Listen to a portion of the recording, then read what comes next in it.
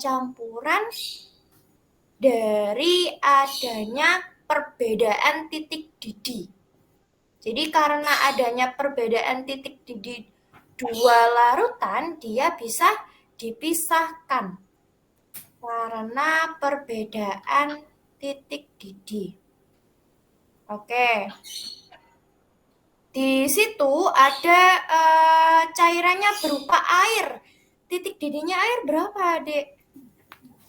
100 derajat Celcius. Yakin 100? Titik didih ya. Titik didih. Iya. Iya benar 100. Masa? Iya. Yakin? Iya. Iya. Oke, good.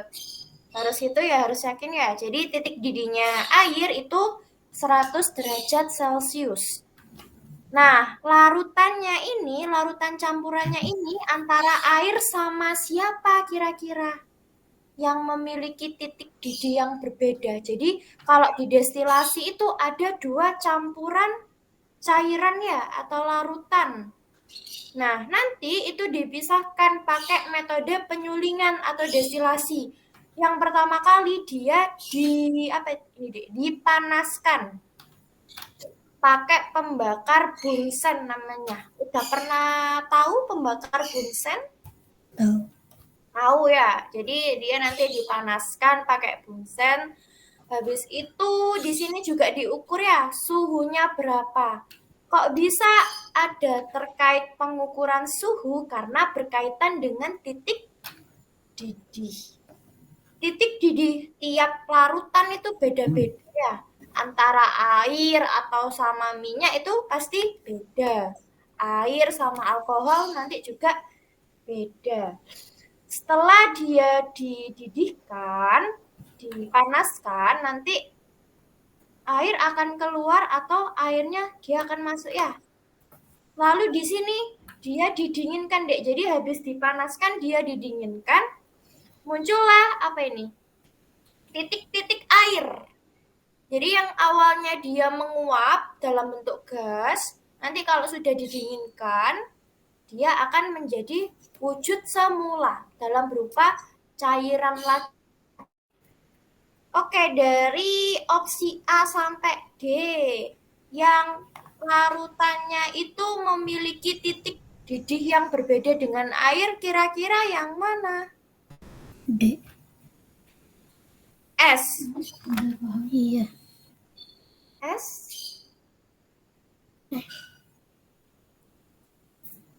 Iya. Coba dibaca dulu.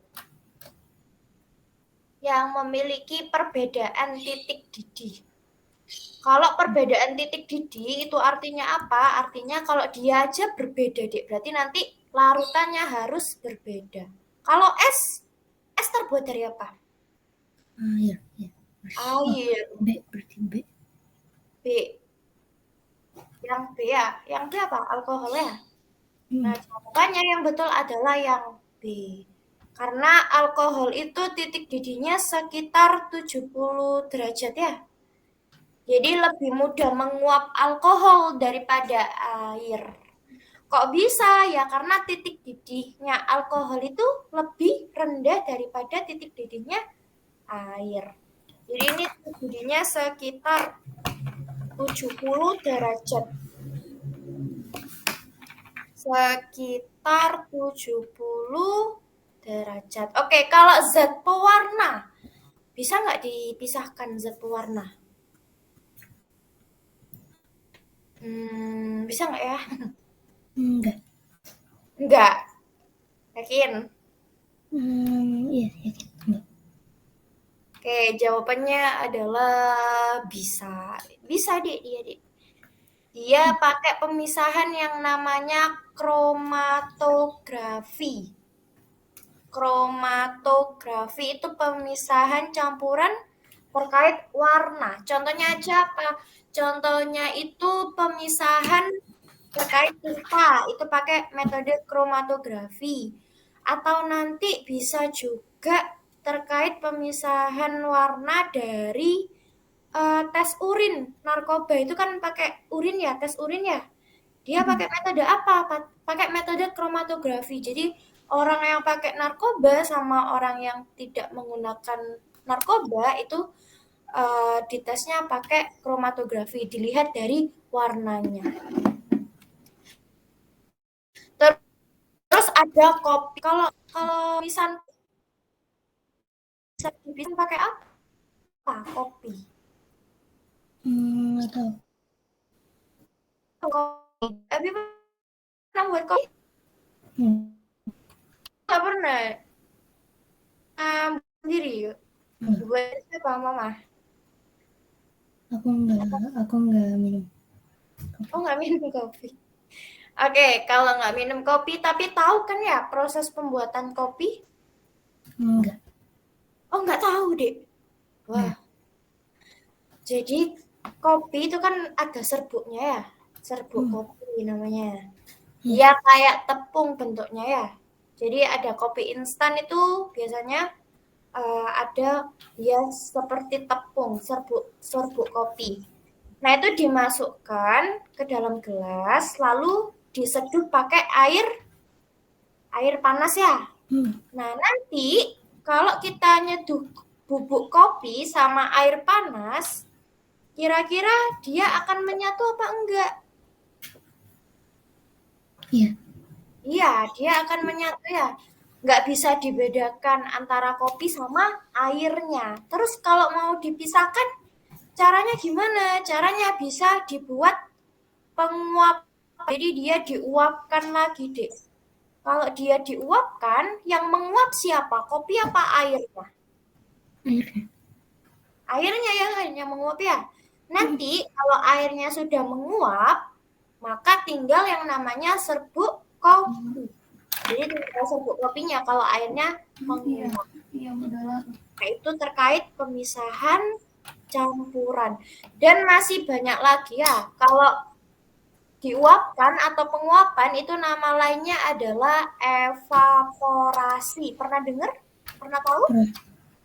Pernah tahu ya? Evaporasi nama lainnya. Selain beberapa cara di atas, itu juga ada nanti mungkin bisa dicari. Yang pertama juga ada yang namanya pemisahan campuran secara filtrasi. Tahu nggak deh ini deh? Pernah dengar tapi nggak tahu. Pernah dengar tapi nggak tahu. Oke, kamu pernah tahu yang ada botol terus dimasukkan kayak sapu ijo, ada pasir, ada batu kerikil. Jadi kayak proses penjernihan air. Nggak pernah tahu. Pernah. Itu pernah. Pernah. Nah, itu namanya contoh pemisahan campuran secara filtrasi deh ya. Jadi filtrasi itu dia disaring buat menghasilkan filtrat yang bersih ya, air yang bersih. Contohnya filtrasi itu seperti penjernihan air. Contohnya penjernihan air. Ada kerikilnya, ada pasirnya, ada kapasnya, kan ya? Nanti air yang kotor dia akan menjadi bersih. Kok bisa kira-kira kenapa kok bisa bersih airnya? Dari yang Karena kotor kok bisa bersih? karena difiltrasi, Karena difiltrasi. Kok dibersihin, iya? Kenapa kok bisa bersih? Karena disaring. disaring. Oke, jadi kayak kotoran-kotorannya pada air kotor itu bisa disaring ya. Kan ada beberapa penyaringan dari beberapa bahan yang digunakan. Jadi nanti munculnya juga air yang bersih. Itu yang filtrasi. Terus ada juga yang namanya pemisahan campuran secara kristalisasi. Kristalisasi buat apa kira-kira? Kristalisasi. Apa ya?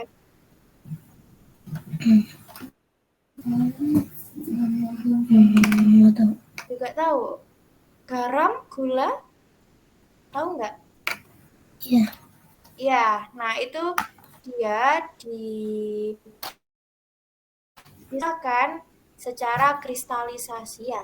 Kan gula sama garam bentuknya kristal-kristal. Nah, itu bisa dipisahkan secara kristalisasi. Dia akan menggumpal